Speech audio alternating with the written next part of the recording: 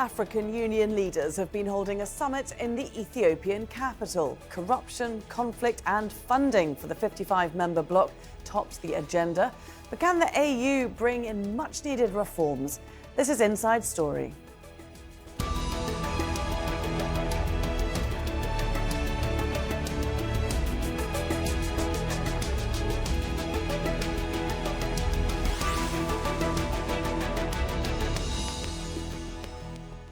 Hello there and welcome to the programme. I'm Laura Kyle.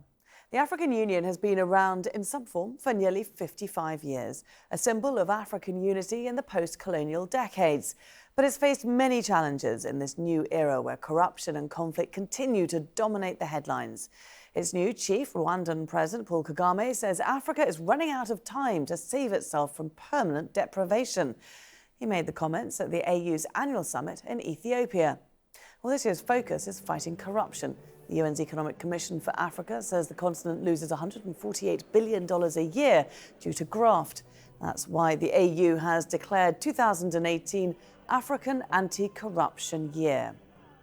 We'll get to our guests in just a moment, but first, Mohamed Ado sets the story up for us from the AU's headquarters in Addis Ababa.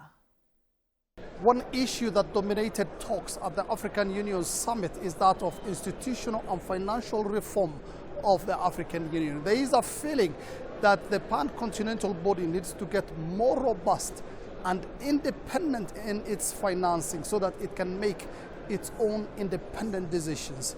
Another issue that's really dominated here, the talks here, is corruption. There is a feeling that it has reached some untenable heights. $50 billion is lost in the continent every year through illicit outflows. And there is a feeling among African leaders that it's time to talk about it because there is need to create hope for the thousands upon thousands of young people who are living the continent in search of hope. But looking at the composition of the African Union membership, some of these leaders have come to power through fraudulent elections, and many are skeptical whether they can come up with any measures that can adequately tackle corruption in the continent.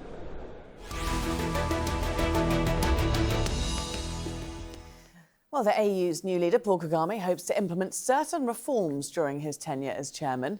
He's pushed for member states to pay a 0.2% tax on imports from outside Africa to make the AU less reliant on foreign aid. About half of its 55 countries have signed up. The Reforms Commission has discussed sharpening the AU's focus to a few areas and re-evaluating its many smaller bodies to reflect that. It also wants to encourage more unity across the continent through an African passport and African youth groups. And the Commission wants to adopt a process to make sure members abide by the AU's decision. OK, well, let's bring in our guests now. And joining us in Dakar, Adama Gay, a West Africa analyst, and in Abuja, Abba Ejembe, a lawyer and former director of North Central Zone Civil Liberties Organisation. A very warm welcome to both of you. Adama, the AU, it's been criticised as inefficient, dysfunctional and irrelevant to most Africans. Will Kagame's reform package correct that? Look, that is really not just an impression, but something that is validated by many facts. But we need also to look at the other side of the coin. Today, at least with the African Union, the continent has a voice that is there in existence. The whole world look up to the African Union in order to have the idea or opinion of the African continent. Take an example recently when Mr. Trump accused in very negative terms many African countries, the African Union at least stood up by sending a message to him by diplomatic and mediatic voices, and that led somehow to Mr. Trump reverting back and saluting the African continents. You can also take into account some of the other achievements by the African Union, such as the fact that it no longer accepts unconstitutional changes in African nations, that military rule is now almost rejected to the dustbin of history in Africa. And at least this time around, even though they have to implement it, they have come up with some ideas of reform, including through the financing of the organization's activities by African nations themselves.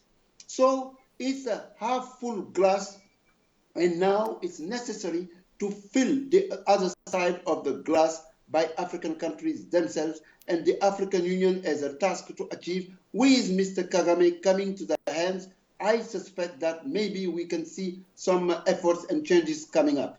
Okay. Do you agree with that, Abba?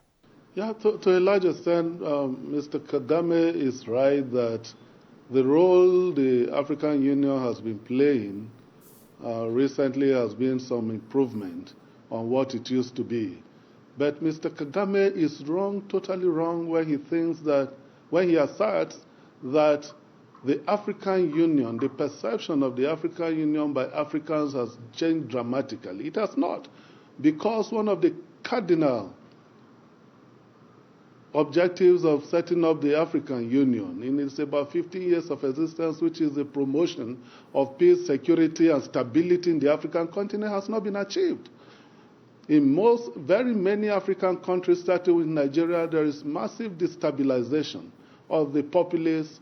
In the northeast, we had the Boko Haram consistently upstaging the social life of the people in the place. Between 2015 and now, there's been some appreciable improvement in the security of lives and property in the northeast, but that has been replaced by a climate of instability in the north central and also part of the northeast. I talk about states like Taraba, like Adamawa, Benue in the north central plateau, and the rest. So there's a climate of insecurity, even here in Nigeria. Why do you think that is? Why has the AU failed on that count? Well, one of the reasons why we think that the AU ought to have played some more fundamental role is that there's been massive movement in and out of Nigeria, for instance, and other African countries within the sub-region, in a manner that if the African Union were strong, were effective and efficient, they should have been able to stop the free movement of terrorists from one country to the other. That relates the integration that we want to see, the cooperation we ought to have seen in them checkmating the activities of terrorists across this area has not been achieved. And why is this so? Because another cardinal principle upon which the AU objective, upon which the AU was formed, the African Union was formed, has also not been achieved. And that is the integration of the economies and peoples of the African nation. So to that extent, Mr. Kagame cannot claim wholesale victory or achievement in the area of integration, in the area of perception, in a manner that the African nationals ought to begin to commend her. Okay. I think that while the African Union has done some work, there is still so much more to be done that the African Union ought to admit it has failed in doing. Okay, so Adama, we've got this package of reforms announced by Kagame. One of them is to increase the AU's efficiency. Do you think that will then, in turn, allow it to better address its main aim, its core aim, which is peace and security for the continent? Look, I listened and heard the voice of that gentleman from Nigeria. And unfortunately, one of the weaknesses of Nigerian intellectuals is that they are really limited to their national approach to issues. They look at Nigeria, maybe it's a big nation, but it's not only Africa. There are other places in Africa. But there are a lot of other places within Africa that are very unstable and face huge conflict. There are many places that are unstable. We have slavery happening in Libya. We have migration. We have corruption. We have peace and security challenges. Those things exist. We are not going to hide them. We have to look at the facts in order to challenge them. But if you look at the African Union today, at least it's a voice that is accepted. And that voice needs to come up with solutions. In 2002, the organization was created, but barely, if you look after the Cold War ended, there were no mechanism for peace and security challenges, nothing to address coup d'etat. But those things started being changed in 1993 at the Cairo summit of the OAU. Mechanisms were put in place in order to launch what is now the peace and security mechanism that the African Union has, the APSA, as it is called. You have also, since 1999, in the Algiers summit of the former OAU, that decision to ban the military coup makers. But we are far, far away into addressing all the problems of the continent. And Africa is not to be alone in solving these problems, because don't forget, it is the Charter of the United Nations that is mandating the Organization of United Nations to address peace and security in the world. Right. So Africa should not be alone blamed. You need to bring the UN, you need to put in place the mechanism, and you need, above all, to make sure that we put money from Africa in order to have those forces that will address peace and security in Africa. Okay, I do want to get on to the funding issue in just a moment. First of all, let me just put this one point to you, Adama, because it's a common observation of the AU, that there's no shortage of solutions being found around the negotiating table in Addis Ababa, but the problem is implementing them in countries across the continent. Yes, that's true.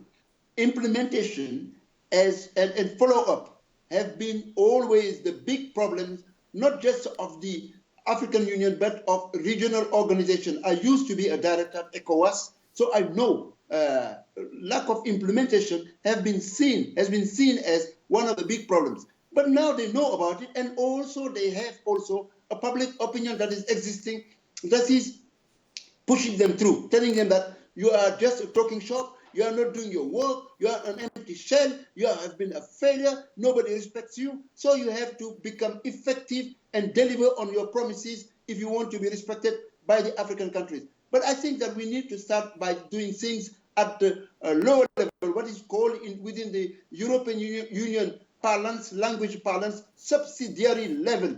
Within the nations of the African Union, there are 54 if you look at Morocco's side, 55 if you look at the African Union registration of numbers of states. But those are the entities that need to be effective, first of all. Okay. Secondly, you need to select competent people to run the organizations. And also you need to ensure that democracy prevails. Because if we don't have democracy, if we don't have the best and the brightest, the talented, and really a sense of the future, the history of Africa, I don't think that we will deliver. But I am not the kind of person who is throw the baby with the bath. I think that the African Union now is tasked to become more effective. And if it does so, I believe it can achieve, because there is goodwill from the international community. Everybody knows that Africa is an economic hotspot for progress of the world. Let's get on to that then. Abba, I want to bring you in here. Adama just mentioned goodwill from the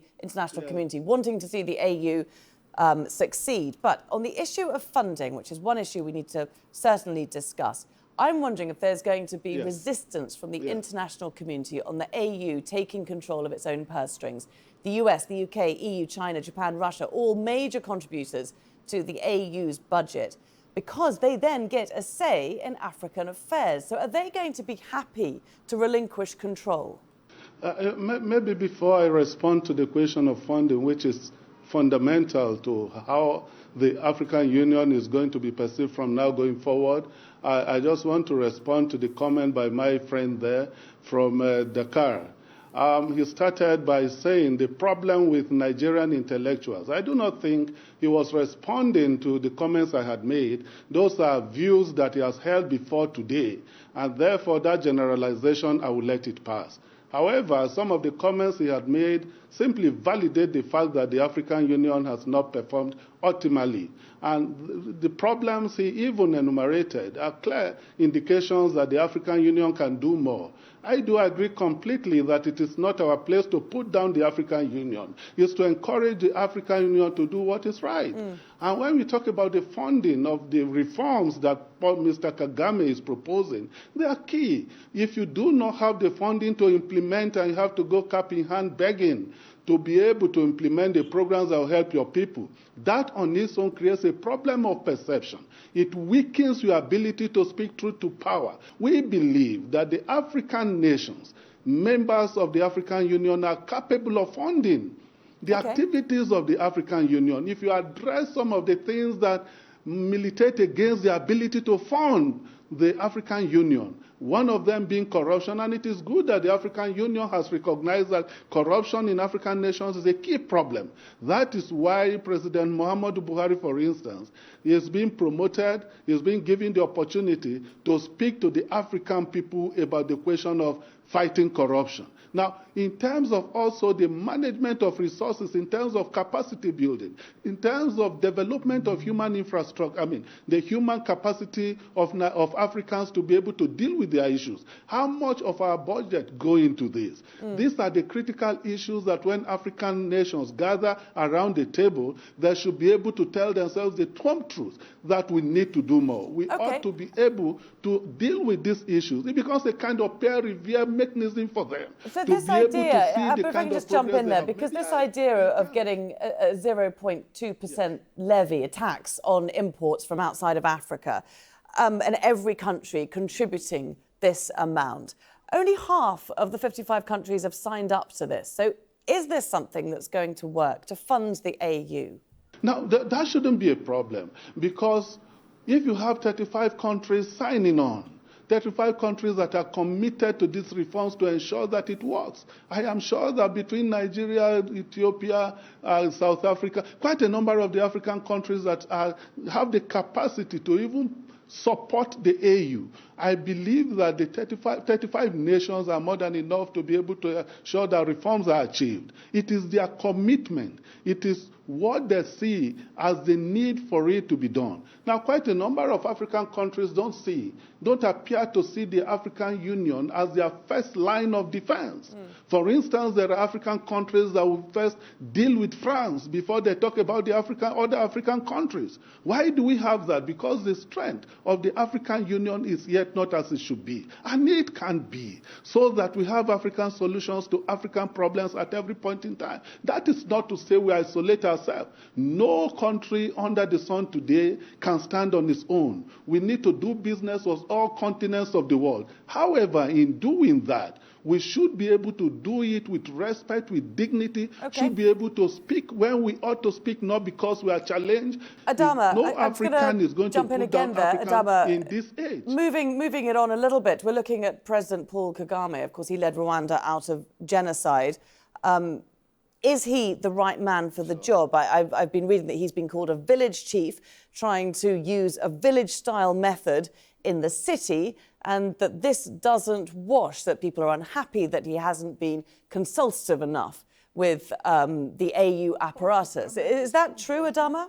I think Mr. Kagame, whom I know, is a valid and effective leader, and he has shown that since he took the reign of his country, Rwanda, after the genocide in April of 1994.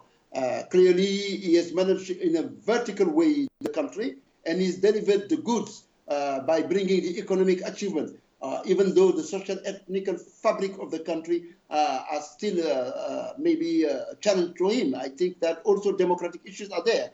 But for him to take over at the time when the African Union needs a decisive action, deliberate action to deliver on the premises of reform and the financing of the organization is a good thing. But he needs to consult people, not just the heads of states, not just the international community. He needs to talk to ordinary people like us, because you cannot do economic integration without the people. You have to do it with them. But so far, the good thing is that with the change in time, what we have seen happening now in the African Union is that at least they are talking of things that matter to people. A few years back, you would never heard African Union talking about democracy. You would not hear them talking about fighting corruption, rationalization of the activities of the organization, or looking at peace and security. At least there's an effort, and Mr. Kagame comes at the right time. When it comes now to the funding, let me talk about something I lived at ECOWAS. When I was there, we had difficulties even getting our salaries because there was no proper mechanism, only voluntary contribution by states. But ECOWAS instituted first this levy from importation of goods from outside the region. And that's how today the ECOWAS is being properly funded for at least paying its salaries. And that is the model that the African Union is copying. I believe it is a slow takeoff, but with the support of Mr. Kagame, with his decision, and with the understanding by the African nations that they cannot continue begging from other people the support from them to fund the building of their headquarters like the Chinese have done, and ended up spying the headquarters of the African Union, or counting on the help of European nations that guide the agenda of the organization. I think now with a leader who is a patriotic and well-organized, resolute person, I believe we can now begin the serious talk that the African Union needs in order to go more forward to action. Okay, but is the time right now? I mean, Paul Kagame certainly says that the time to change is now, but is that urgency felt across the continent? Yes, there is a sense of urgency across Africa, because if you see the level of migration from Africa at the risk at which Africans are taking to be able to cross the Sahara Desert, to be able to make it to Europe, you know there is an urgency with which the African Union must reform. African nations must begin to think of how to ensure that there is sustainable development in Africa, to ensure that the number of Africans that have been lost through the Mediterranean Sea, through the Sahara Desert in the last 20 to 30 years, perhaps put together, could be more than the number of Africans who died in the trans-Sahara and transatlantic slave trade.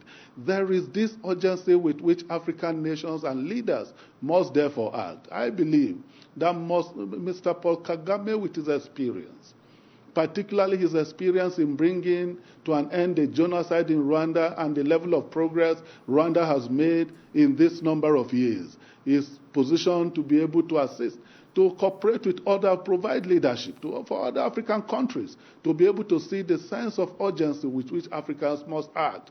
In any case, the level of instability in Africa today is born out of the level of the fact that we have not been able to get our governance indices right. Once we do that, Africa should be a better place. Okay. Africa should indeed be the best place in the world to reside. Adama, so 1 year from now, can we expect the AU to be different? Will we be seeing a new African renaissance? No, we can't see that. Let's not be daydreaming. And I don't accept also the view that Mr. Kagame may be the godfather or the messiah who will come and fix these problems.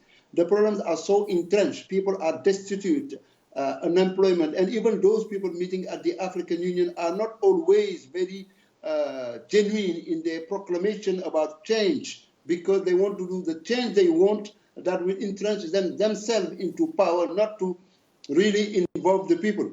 But at least the mere fact that they are realizing that people are no longer going to kid with those leaders is a good thing. And that is the fact that African people expect the African Union, where they are putting their money and are going to put more and more their money to deliver the goods that they expect for the continent. Democracy, good governance, infrastructures, and to ensure that Africa is not in the process recolonized by either the United Nations, World Bank, IMF, or the foreign nations, bilateral partners, China, European countries, United States, you name it. So Mr. Kagame may play a role, but let him not position himself as the Zorro who will help the African continent fix its own problem. He can just bring part of the solution, but the whole solution has to be democratically selected and implemented at all levels, including subsidiary level within the nations, so that the African Union will just be somehow the umbrella of the ambition and the dream of the continent, as the forefathers decided it wanted to be. We do have to leave the discussion there. I'm afraid we have run out of time. Very interesting debate between the two of you. So thank you very much for taking the time to join us here on Inside Story, Adama Gaye and Abba Njembe. And thank you too for watching. You can see the programme again anytime by visiting our website. That's aljazeera.com. And for further discussion, do go to our Facebook page. That's facebook.com/AJ Inside Story. You can also join the conversation on Twitter. Our handle is @AJ Inside Story. From me, Laura Kyle, and the whole team here, it's bye for now.